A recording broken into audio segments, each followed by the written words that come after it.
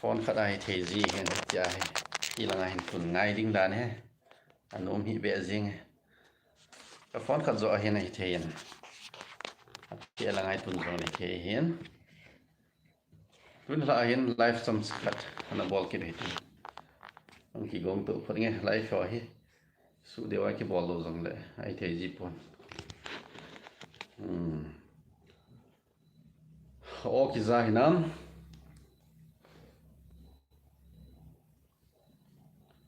hin về thì mình có cái gì nam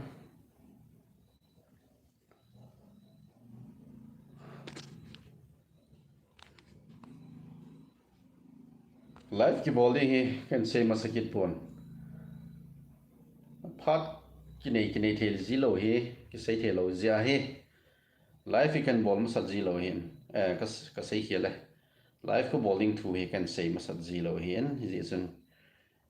ki ngai dam hitin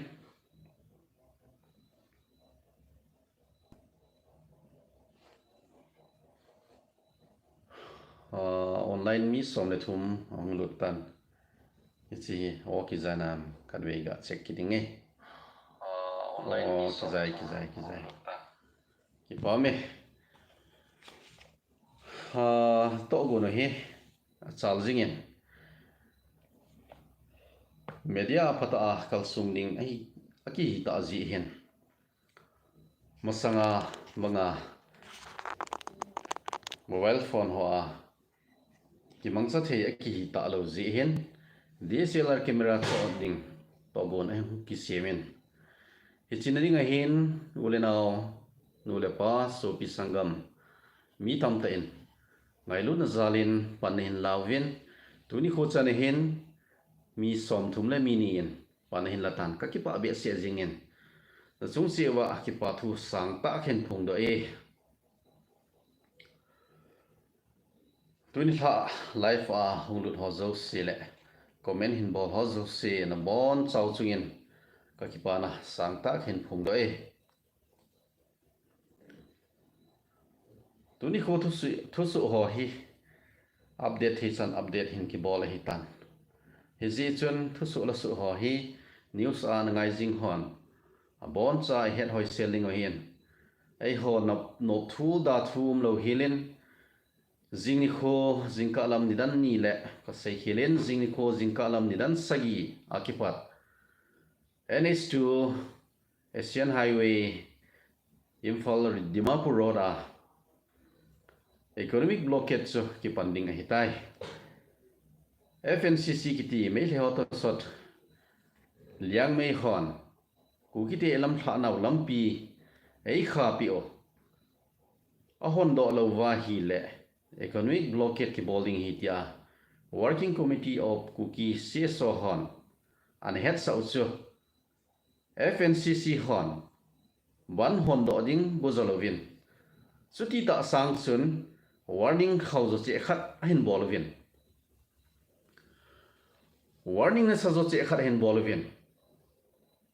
hichi sumpi le kangui ki zot man lampi bo hitalo NH2 Imphal Dimapur lampi chule NH37 Imphal zirbam lampi zong khading highway 10 khading chule Manipur state bo hitalo Nagaland state Peren district sung to ai ho kuki chate eche naumon athibung area athibung zong ho Peren district sung hin hichi kuki te chenagam sung ho kuki te lamphla na lampi ho zong kha pi ding tin gi na hin bolven hizing se zong chilovin Assam gam sung NC Hills gam sung zong zeme ho chenagam sung la ho kuki te lamphla na lampi ho khading ti changen gi na hin bolven HCM FNCC kiti satan diabol ho hen phat lungul ane hi be azing ven amo hen the working committee of kuki CSO ho gina bolso izan set po ven warning khawzo che en bol ven alungel hui achi jinga lewang su thilpha he solo healing en omdo tan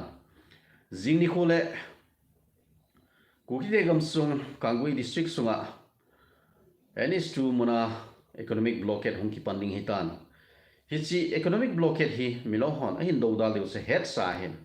Milong hon zong zat a hin boldingo jing ni khole press release zat zong hung thang in tin string ta chule press release bo hello EPPN boli vem jong sei thei pon Milong ho kinim khelo wa ku kite chunga thil sen bol lewang so thil pha hi tu chunga so do le kilom lo hil jeng hitan ai pi chu hele pathin in zong e hodinga thil pha khat chu e hin gon pi te win tin pathin in pha sa ai le chamdilin tu chung iboin ho zong hi athua sei tha hin tin athua ki chain khar umin tin thagum su lo hila him le thalpan lo hila a hi lo ai le kina akibo thi san nai san su lo hila ong ki chai ni hi pathin hi ngai tau na o hian hi chi Miphalouho phat lo lungul nei jing ho Lucifer so le pa ho hi pathin in lung su win thun se hen lang phat lungul hin pe hen lang chen khom pi ku kite a chen khom pi ku kite ngai lut ji lung sit ji khoto ji ain het thim na ding wen pathin in lung sum song banga ta ai in su nem pi hen lang thil si thil phalo hong su do ding theo zo si pathin in ei ven do pi leu ti hi pathin hi ngai tau na hin ki chan man mei san man hi pon thil khat chu hluna hi le ei zong ki nui pon tin ama ho zong nui de lo ding a hi en mi hem chu yong kina ting le hat pa zong anui de pon a hat mo pa zong nui de lo hi en me le hon zong noi si te nei na bol ven me le ho zong anui de po ven me le ho zong nui lo hi le ven hi bang a hen ki chi Lucifer ho zong hi ei noi si he jing ven mi hem simin ei simpo ven mi hem gelin ei gel po ven hi jing zong le isanin ki song zong le o ki so nau cho pakai a hi lo a hi le chot mi hem ho chot pha le sot nim sot thu hung hi tho dio hi hi cho zong hi isanin ki song zong le apan nau adi lo a ki so nau adi lo a hi le ki cha ding lo hi di pon melma hon i chung wa thil sen bol ta le i bola ki dim ding ham bowling mong che hin a hin la ei ho zoin wang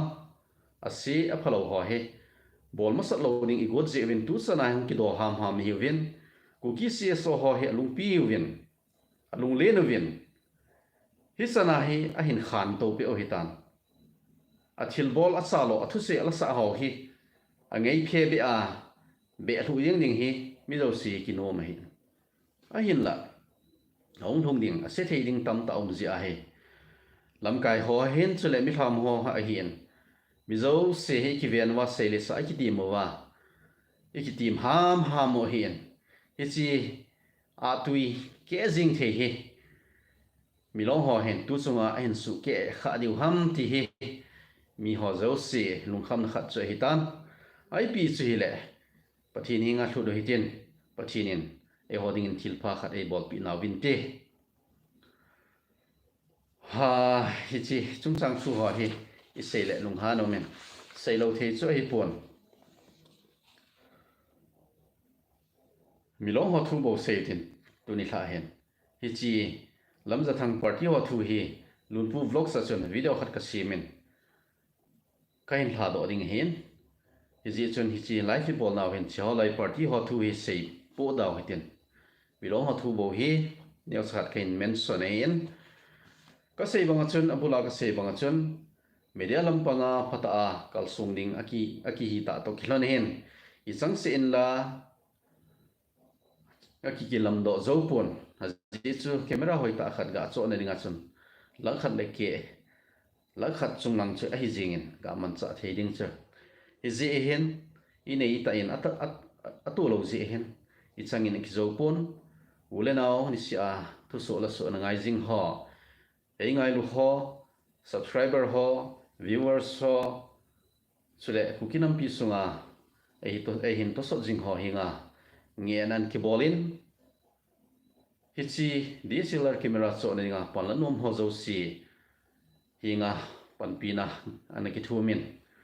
panlanom ho hinga nge nan ki bolin mi tam ta mi som thum le ni zenin pan hin latan ki pom be se jingen sumle pai a sat lai ta sumle pai it chalo hi la iti a ngamle na madinga ipan la an ho hi ke zong ki pa in ken zong ichi camera hi ke ma personal adinga lamdo ding ka gur hi pon nampi isu ho incident thunamun ho ahilowa hile video coverage boldinga lom ho bol na ding nugyang ngai tu akini ji a he hichi to goni hung ki si ma hian ei het him lo ei si khalenium zong le atam zo 99% in nei het himova nei hin to sodova ngai lu na nei ta a nen phung vu zalawin na chung si wa ki pa thu gen phung do ki de mi hi tam ta hitan tu ma sanga chun mi som le ko ho pan lan ho second sim thlatan ama ho a hi avialin sim thla dang katin tu ni hla hin zan hi le tu ni kho a pan hin la ho khen sim thla ding a hi nu ti ting zani pu lal thum gang te zanga pu luncha kuki sangkhat pu kaisei kuki sangni le zanga pi chongdongel zakhat pu seingam zathum pi sibia chongloi zakhat pi ningbul to thang zakhat pu zangmin hau bai te ichi ong ki thot na min a hian amin a hi ding hi loading khe pon a hin la ama hi saron phai hausa pu a hian ama hin dangka sanga a hin to doin chule pi hekim ho ki bin dangka zanga pu thangbo in dangka zanga chule pi maman in dangka zani chule pu zamkholal bai ten dangka zathum pu led hau hau ki bin dangka zanga pu ngamza thangin dangka zali chule pi hatching team kipgen and family in dangka sanga pu lim thang hau kibin dangka zani chule pu jakob ze chong thu in dangka zanga in thonin hichi to gon molso na ringa pan hin lo zo si chungen ka ki pa the zingen nei ngai lut naw hi ka hin kho asu mil thading lom hi pon hi chan ge ani kho sa na ho hi chan ge nei ngai lut na ho hi ka ki thang adin ye pom ka sain ka ki pa na hi sei zo lo ki pa na lin ta kanin hi chan ge ki thu khom naw hi ken zong ki pa ka samo monge ti hi na ho zo sile nampi masanga kain phon do hi tuni la a comment phabe hi ka vein suti ta a don bu thading hi kamu be se pon ji hen comment ho hi in ha se dang katin comment hin bol ho zo sin sung chi win ka ki pa in chule online a hin ve zo si sung chi win ka ki pa in chule khununga hin wedding ho zo si chung in zong ka ki pa na sang ta khen phung do in jingka thu su le update hin bol ki ding hin Working Committee of Kukisi Sohon FNCC ho to ki thu FNCC ho anapui lamwai mele ho min anapao Federation of Civil Societies it's a kiloi khom ho chen president men khat hin so do jingka le ki chi de hin saying katin a hin la ama ho zong hi ngo na ki bol ho cha ki le poven Federation of Civil Society Organization noya anatom th manihar ki tipa he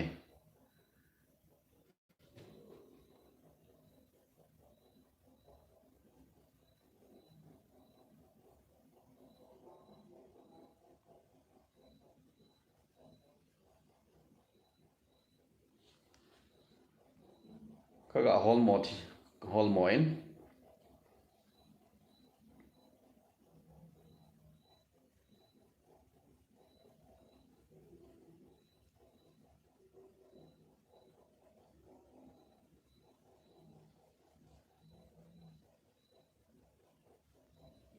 Kiti chun na kuai fodutin it's a file hi ga holmo zabin is chun kan say he pon Working Committee of cookie CSO spokesperson in asay na chun FOCS dates mani har to Federation of Haumi sapam cha zadu mani kitipan ichi FNCC hoi puilam bai ba ama holoi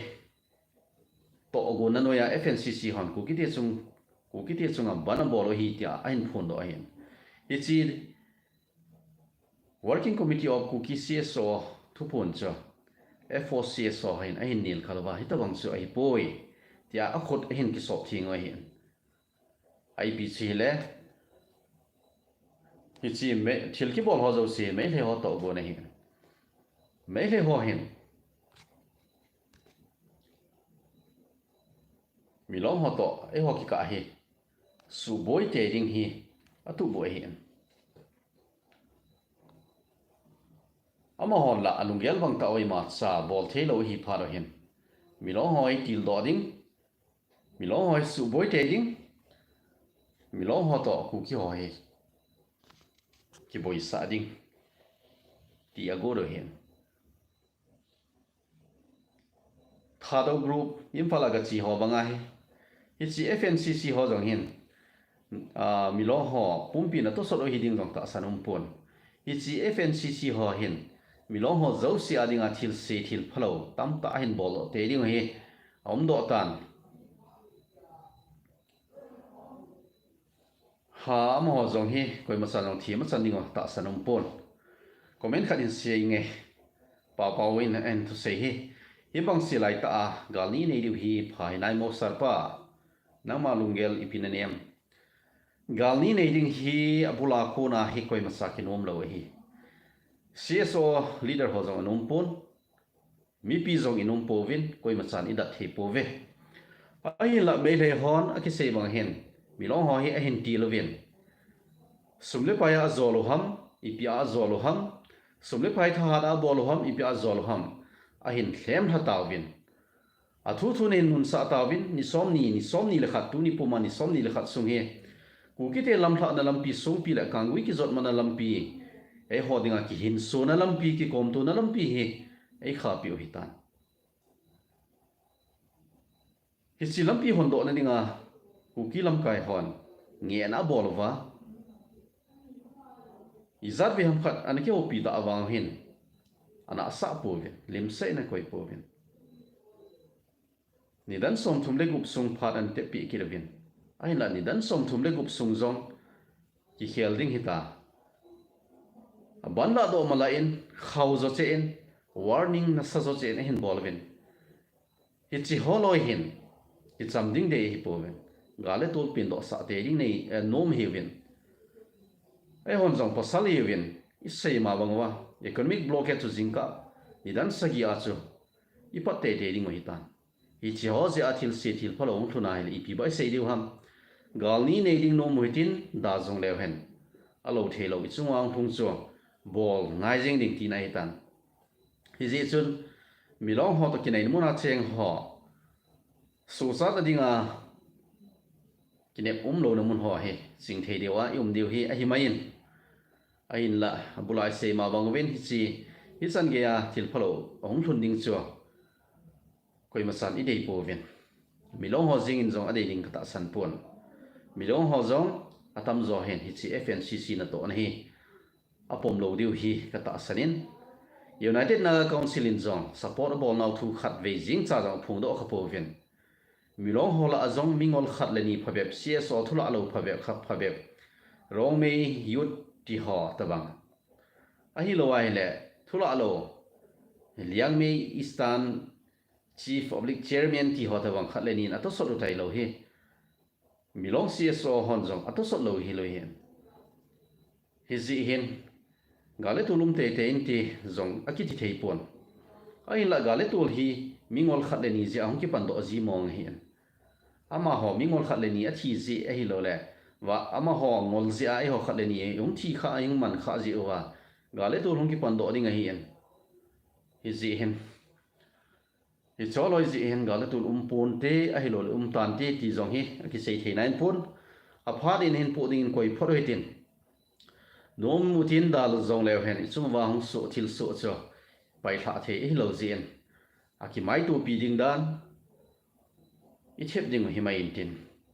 I chungwa thil song thung ho ki mai tu pi thei dinga yum na chi wa ki sakhola ki gon tup na I nei chi deu chu apoi mo pi pian hitan he ji chun yum na san chi win I chungwa thil si thil phalo hong thun lo te ni ding pathi ni nga tauna ana nei chi uti tuni hla life bol na wa sei hil sei wa kha le ki ngai da moi tin chule DSLR camera cho ni dinga to gon ki nei ho koi da bang pan la nom uma hi le pan ila jing thei ding hin tin sule pa hin thot nom hon in thot jing thei wen tin sule pa thot na ding number khat ven sing katin 883 709 1794 ei pa wen sing e gate thum sagi 0 ko khat sagi ko li hichi number a hi palanum hon panin la thei hi tuni hla a